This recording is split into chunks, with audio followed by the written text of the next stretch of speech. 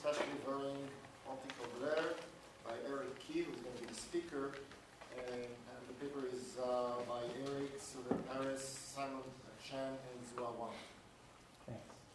So today I'll describe a method to model and remove spatially varying optical blurs that are intrinsic to a particular lens and camera combination. Specifically, I'll show that we can use a small set of calibration images to model blurs, these blurs. And I'd like to begin by illustrating what they might look like. So let's suppose that we purchase a nice camera body, a Canon 1D, and a nice zoom lens, a 17 to 40 millimeter lens. And we want to take a sharp picture of the scene, so we carefully mount the camera on a tripod, etc. But when we look closely, we find that maybe it's not as sharp as we would like it to be. So this boat here is noticeably soft, especially at this large size. And these houses in the upper right are even more blurry than the boat. And so there's some kind of spatially varying blur that's degraded this image. It's probably not caused by motion because we were very careful. And it's also probably not caused by depth of field effects given the relative distances in the scene here. And considering that we spent nearly $5,000 on this camera equipment, we might wonder, well, what's going on? We can get a little more intuition for this by taking another picture. Let's suppose that this time we purchase a 35 millimeter fixed lens. This Canon lens is very expensive. But if we look at this region near the center here, we find that it's very sharp. And even far at the perimeter, it's still very sharp, maybe somewhat blurrier, but this would probably only bother a professional photographer. And so what's going on here, at least in part, is that lenses are complex to design. They contain multiple optical elements, which I've illustrated in these two schematics. And those optical elements have to be designed to produce a pleasing result. In that process, there are challenges and also trade-offs that give rise to non-ideally sharp images. So today I'll describe a way to model these blurs that are intrinsic to a particular lens and camera configuration. And I'll show that we can do that with a small set of calibration images. Let me begin by illustrating how we will compute the blurs at a point. So we'll return to this 17 to 40 millimeter lens. We'd like to know what the blurs are that have degraded these two regions. And an easy way to do that is to capture a photograph of a calibration target at the same lens settings. Those are shown in the upper right here. They are 37 millimeters f4.5. And I've highlighted in yellow two squares that are at the same locations as our boat and our house. And you can see here, hopefully, that the square on the right is blurred similarly to the way that the boat and the house was. Only now it's really easy to compute what these blurs are because we know the underlying geometry of this test chart. So specifically, we would say that our blurry image B was created by convolving some sharp image with our unknown blur kernel. Because we know the geometry of the test chart, we can synthetically generate this sharp image. So this is a linear equation with one unknown. We solved this in the paper by using conjugate gradient descent and thresholding the resulting kernel to remove negative values. Now, in practice, optical blurs can be small, and so we also show that you can resolve this kernel at a higher resolution. And when I show the kernels in these slides, they'll be at a 3x resolution. Okay, so now that we have this method, we can compute the blurs for these two squares. Here are the kernels. As we expect, the one that's on the right is larger. The one on the left here is 5 by 5 pixels of blur, and you can check that that makes sense by counting off 5 by 5 pixels along the circle. The one on the right, 6 by 8, and again, you can check that. I've marked it in red. So this kind of confirms our intuition. There's some kind of spatially varying blur that's degraded this image, and it also shows that these blurs aren't necessarily trivial.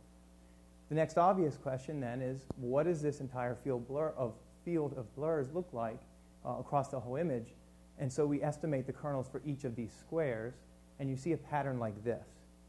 So I've highlighted in yellow our two example kernels, and there's a couple things to notice. First, in the center, they tend to be small and circular, and then as you move radially outward, for example, towards this side, they become larger and more eccentric. And then also in this upper left-hand corner, they're eccentric and oriented, whereas in the lower right corner, they're much more circular. So this field of blurs is not radially symmetric. So from this, you can see that there's a complex field of blurs that has degraded our image. Okay, so now let's remember what our goal is. We'd like to produce images that are more uniformly sharp, And we can do that, right? If we're given an image that's at 37 millimeters f4.5, we could deblur it in local regions with the corresponding kernels. The problem comes when we're presented with an image that's at some other setting of the lens. We don't know if the blurs will be the same, and in general, it's difficult or impossible to calibrate all of the settings that a lens might take on. So instead, what we'd like to do is collect a small set of calibration images and then somehow use those to calibrate or to model these variations. So in the next portion of the talk, I'll describe this modeling process. We already have a few steps in that process. We can begin by collecting a set of calibration images, n by m. We don't yet know how many that we're going to need. And then for each of those squares in those images, we estimate a kernel by solving this linear equation. And I've carried over one of our example kernels here. The first problem that we encounter when we're trying to understand how the shape of these kernels vary is that they're embedded in a high-dimensional space, and this kind of masks the relationships that govern their shape. So you can approach this type of problem in a lot of ways. Here we chose to reduce the dimensionality of our kernels by approximating their shape with a two-dimensional Gaussian distribution. So here's a Gaussian approximation to our measured kernel. At least qualitatively, it's a very good fit. We only need 3 degrees of freedom to describe this shape. Those are encoded in the covariance matrix sigma. They're the 2 standard deviations in the xy axes and the covariance. We found that it was best to parameterize these 3 degrees of freedom in terms of the standard deviation terms and the correlation, which is simply the covariance normalized. So obviously, this Gaussian approximation greatly reduces the complexity of our kernels, but it's really not clear that this is going to be sufficiently descriptive to model blurs that we might actually see in a lens. Probably the best way to test that is to actually deblur some images. We can perform the following experiment. So we acquire some test image, which we'll consider to be sharp, and then we'll blur it by convolving it with our measured kernel to produce this result here. And then we deconvolve it with both our Gaussian and the measured kernels, and then we compare these 2 deconvolved results. Here we're using the non-blind deconvolution code by Levin et al. And what I'd like you to see is that these 2 deconvolved results are very similar, and even if you're not in a slide presentation, they're almost identical. Of course, that's not too surprising considering that our measured kernel is very Gaussian-like, right? So what we really need to know is that for all of the optical blurs that we might see, is this approximation reasonable? To that end, we repeated this experiment for 600 measured kernels that we randomly sampled across the parameter range of our 17 to 40 millimeter lens. And for each of the deconvolution results, we compared their visual similarity quantitatively using the SSIM error metric.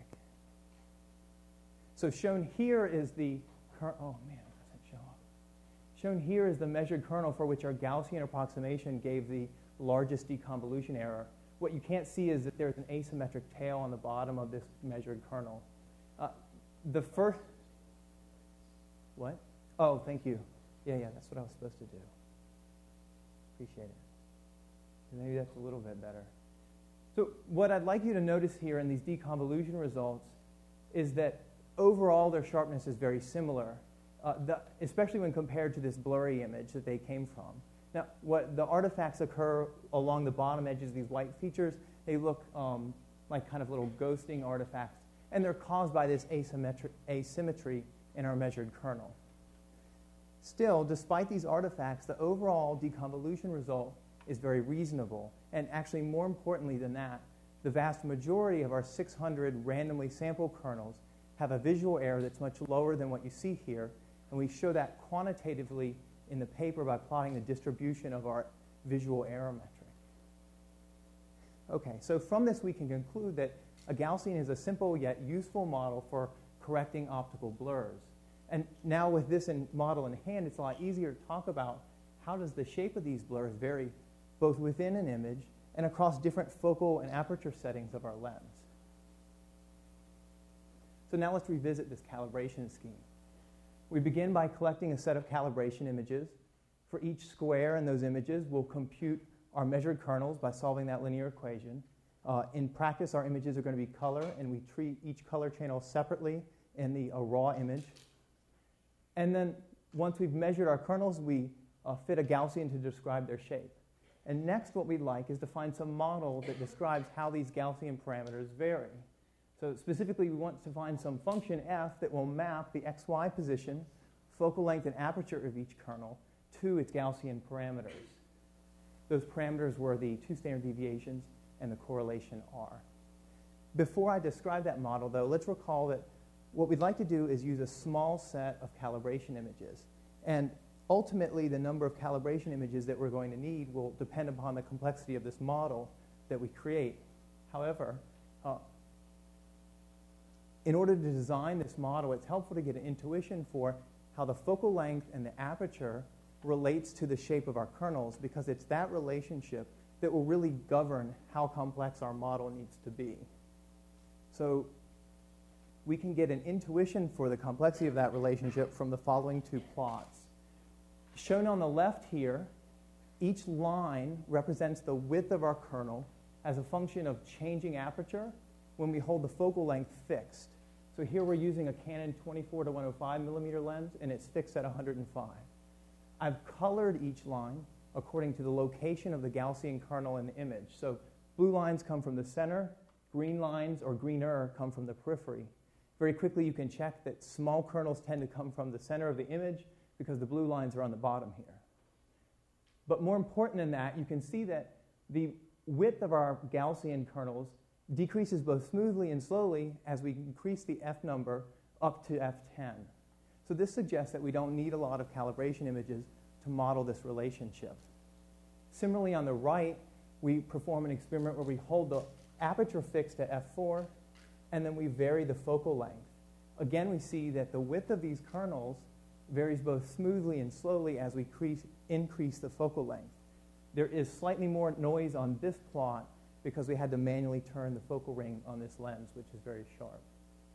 So from both of these plots, we can guess that we probably don't need a lot of calibration images. And now, with this intuition, it's easier to suggest some models for this blur variation. We considered 2 models. Both of these are polynomials, although any smooth function will probably do. And you can use either of these models to predict each of the Gaussian parameters separately. The first is a polynomial G, in which we include all polynomial terms for which the focal length and aperture appears up to some order beta. We just saw that the focal length and aperture has a simple relationship, so we expect that beta will probably be small. Similarly, we include in this polynomial all terms for which the xy position appears up to some order alpha. So if these spatial variations are complex, then alpha will probably be large. The second model has a similar form as the first. However, we fit this model to a local region in the image, and this is intuitively, if the spatial variations are very complex, then we can use a much simpler polynomial to describe the blurs in a local region. So, for example, we would fit one polynomial to predict the blurs in the upper left-hand corner of the image, but at any focal length or aperture. And then we'd fit other local polynomials for the other regions in the image. We used cross-validation to select the hyperparameters of these models, and both of them perform very similarly. What's more important, though, is that for our 17 to 40 millimeter Canon lens, we found that models that performed best included third-order terms in the focal length and aperture. And we found that models which only included first-order terms in the focal length and aperture performed very well. So this suggests that a user could collect a set of calibration images at 2 settings of the focal length and 2 settings of the aperture to model their lens. I'll leave the details of this cross-validation in the paper, and now in the remainder of the talk, I'll just present the deconvolution results using our local model. So shown here is a test image captured with our 17 to 40 millimeter lens. It was at a setting of the lens which was not included in the training set for our models.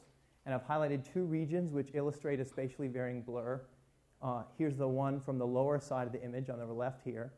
Shown in color here is the measured kernel, And on the right is a region from the center of the image and the corresponding kernel.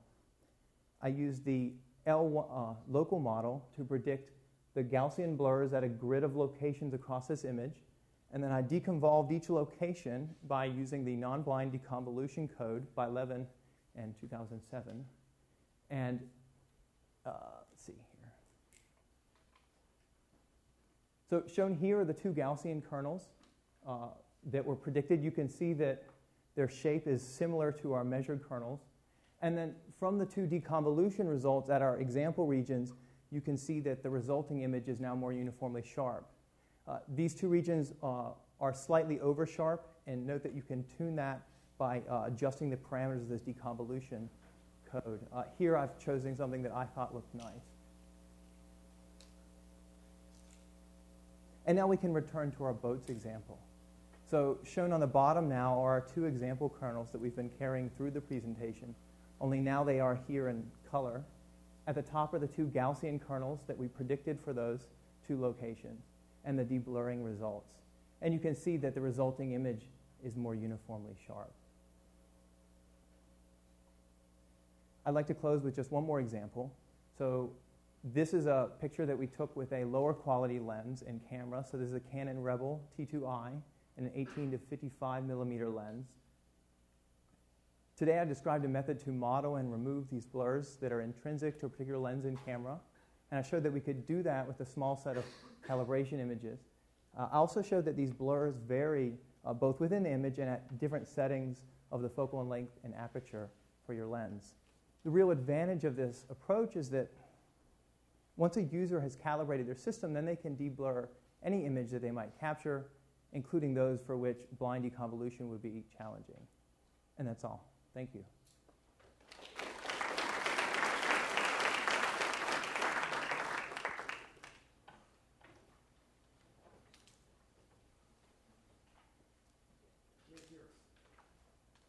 Am I correct in assuming that, do you assume that the scene is at a single depth layer?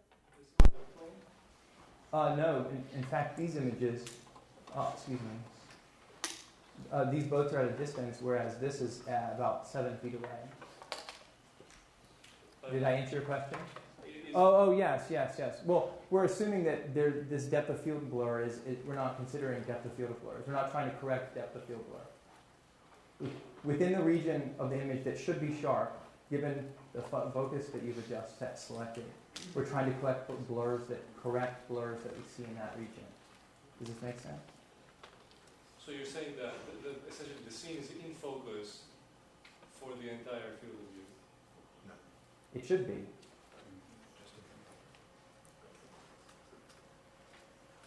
Yeah. So the example that you show us is actually already very high quality images, but then you further improve the sharpness in those images. And my question is, if your input image is like a 200 by 200, it's extremely low, then Sure. would that be still working? Well, we were asked this question when we went through the review process, and that's one of the reasons why we produced this result. Obviously, this isn't an image of as low quality as you just suggested, but this worked for a Canon Rebel and this lower quality lens.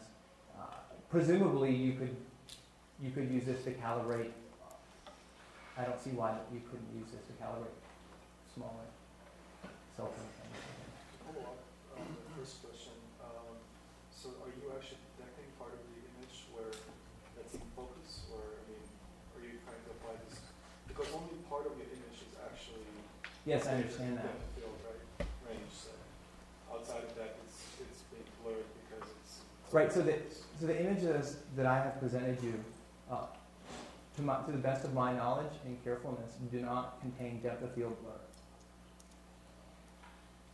You're not convinced. I mean, have I done? You can. I don't know. I don't know what you want to say. Have I made a mistake? we should talk about this. Okay. Have you compared your results with maybe a multi-scale sharpness enhancement algorithm? The short answer is no. I'm not familiar with those personally. But just any sharpness and some algorithm would also kind of remove blur. Just a I see. We did not do that comparison. Although my intuition is that this performs slightly better than that. Because we handle first off, note that the standard sharpness adjustments are constant across the scene, across the image. So if you're suggesting that we'd have some kind of varying sharpening effect, or were you suggesting that we'd have a sharpening effect that is It's a kind of adaptive. a content adaptive thing? We did not make that comparison.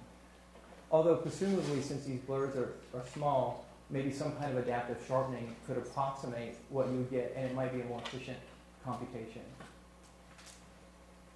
Of course, you also computing alone is the blur function exactly dependent of The focus distance. Yes. We found that effect. We didn't. Okay. The answer is two things. One, we didn't study that explicitly. In early tests, we found that there is some at least subtle effect, but in the experiments that we've shown here, the distance varies wildly from 5 feet to, these things, and it didn't seem to affect the deblurring. So our thought was that we would leave that unmodeled, and that the user could then tune if it was a significant effect. However, I've not seen that yet. So it didn't change the location overall. It was symmetric, the distribution of those errors. I'm sorry, I don't understand your second part. If you start to turn the lens, it's not aligned, then the errors they change. So you're saying if I change the focal length or the focal focus? Yes. Which one? The focus. If I change the focus, does this pattern of blurs change in some radial fashion? I don't know that. That would be interesting. So did you see any differences in the fringe, in the widespread functions of the different color channels? The point thread functions in the color channels are different. And does that improve, so then does your method end up reducing chromatic aberration? Because you're... Well, to reduce chromatic aberration, you would, that's more of a geometric change. And what we're doing is modeling the shape of these kernels, but not the position. So, for example, if there's a misalignment in the color channels of the three kernels, what you should see is that the mean of each kernel will be shifted slightly in the different color channels, but we're not modeling that. No, but if one color channel is more blurred than the other. We do model this. Yeah, so that could also reduce it, an edge be not even restricted, because Okay, so that type of chromatic aberration we should reduce. So I'm just asking, have you seen... But I did not observe that. It's related to that. Are you involving in before deconvolution or after? So what we, in the raw image, before we demosaic, yes. Before you demosaic. Yes. So all of these results we processed in the raw image and then continued demosaicing and color balancing afterwards. Okay, thank you very much.